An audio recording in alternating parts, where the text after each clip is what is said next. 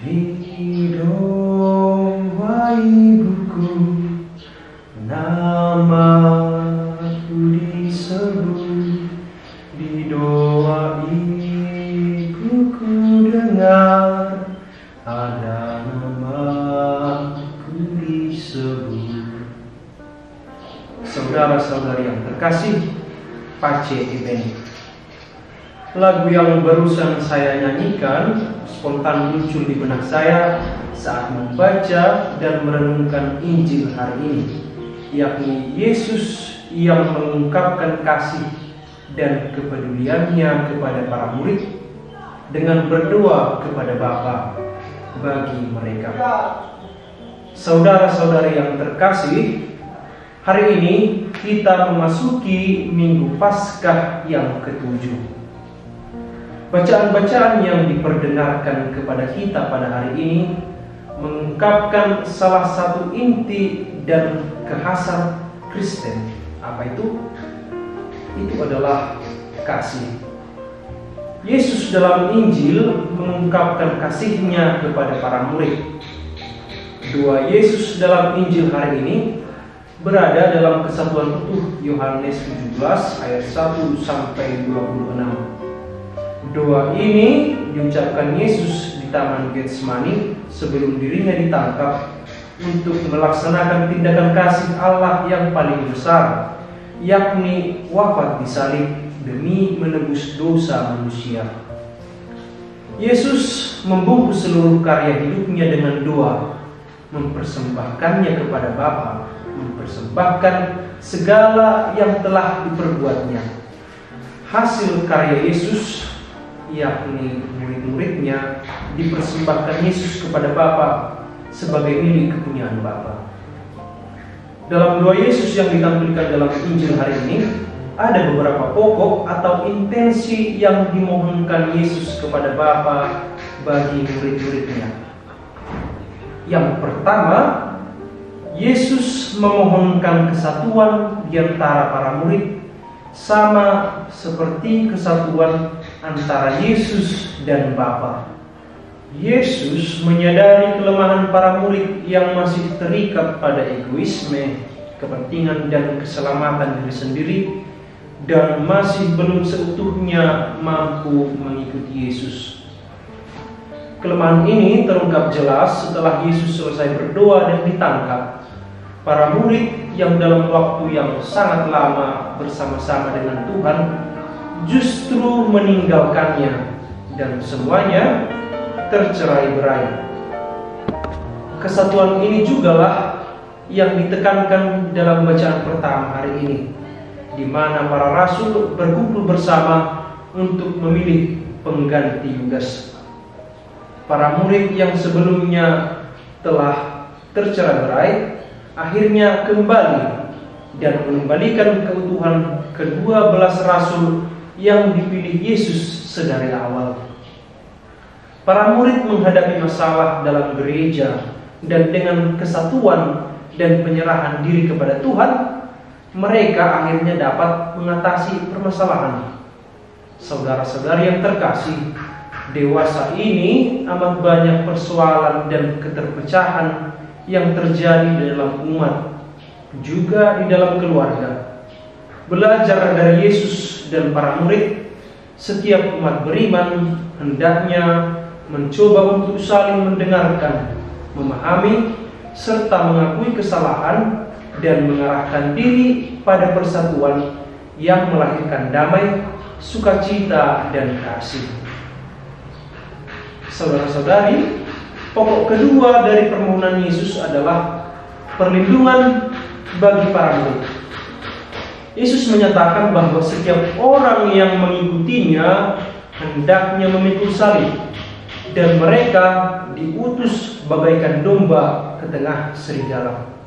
Tantangan sebagai pengikut Kristus memang besar, sungguh berisiko. Baru-baru ini kita digemparkan dengan peristiwa yang terjadi di mana beberapa saudari kita mendapatkan penolakan dan penganiayaan karena berdua dosa yang bersama. Peristiwa ini sedikit banyak pasti membawa kecemasan, keraguan, atau bahkan ketakutan bagi kita. Namun, hendaknya kita menyadari bahwa inilah bagian dari panggilan dan perutusan Yesus. Saudara-saudari yang terkasih, Yesus tidak mendoakan agar Bapa memelihara murid-murid sehingga dapat dengan mudah bersuka cita. Namun, Yesus menginginkan ada kualitas di dalam diri para murid. Jadi, hendaknya kita tetap setia dan tidak hanyut dalam godaan dunia, serta menyadari bahwa Yesus senantiasa memberikan kasih-Nya kepada kita, yang senantiasa melindungi kita betapapun beratnya rintangan yang kita hadapi. Pokok ketiga dari permohonan Yesus adalah agar para murid dikuduskan dalam kebenaran. Yesus sendiri adalah kebenaran. Mengikuti dan mewartakan Yesus Kristus berarti mengikuti dan mewartakan kebenaran itu sendiri. Hidup di dalam Yesus berarti hidup di dalam kebenaran. Yesus menginginkan kesetiaan penuh dari para murid agar setia kepadanya dan melakukan kehendaknya. Kehendaknya termuat dalam satu kata. Apa itu? Itu adalah kasih. Karena kasih-Nya, Ia turun ke dunia, berdoa bagi para murid, dan menyerahkan diri-Nya hingga wafat di salib untuk kita. Maka hendaklah kita juga setia untuk berbagi kasih kepada sesama kita, memberi diri bagi sesama, agar kita pun hidup kudus di dalam kebenaran, yakni Yesus sendiri. Saudara-saudari yang terkasih, di Minggu Paskah yang ke-7 ini kita juga merayakan Hari Minggu Komunikasi Sedunia. Komunikasi berasal dari bahasa Latin, dari kata communicare, yang berarti saling berbagi, saling memberi, saling menerima. Di zaman ini, teknologi dan komunikasi berkembang sangat pesat. Namun anehnya, komunikasi yang terjalin justru semakin dangkal. Orang semakin sulit untuk berbagi dan memberikan diri dan waktunya bagi sesama. Orang terlalu sibuk dengan diri sendiri, sehingga sesama semakin terabaikan. Di Minggu Komunikasi ini, saya mengajak para saudara dan saudari untuk mencoba membangun komunikasi. Kasih menuntut pemberian diri, dan dengan kasih maka terjadilah komunikasi yang baik. Komunikasi kasih akan menuntun kita untuk saling mengenal dan memahami sesama, dan dengan demikian membawa kita pada persatuan. Komunikasi kasih hendaknya dimulai dari sendiri dan dalam kontak dengan Allah. Dengan memberi diri, entah sedikit waktu pada Allah, kita perlahan-lahan akan mampu memberi diri kepada sesama, kepada keluarga, gereja, dan kepada masyarakat.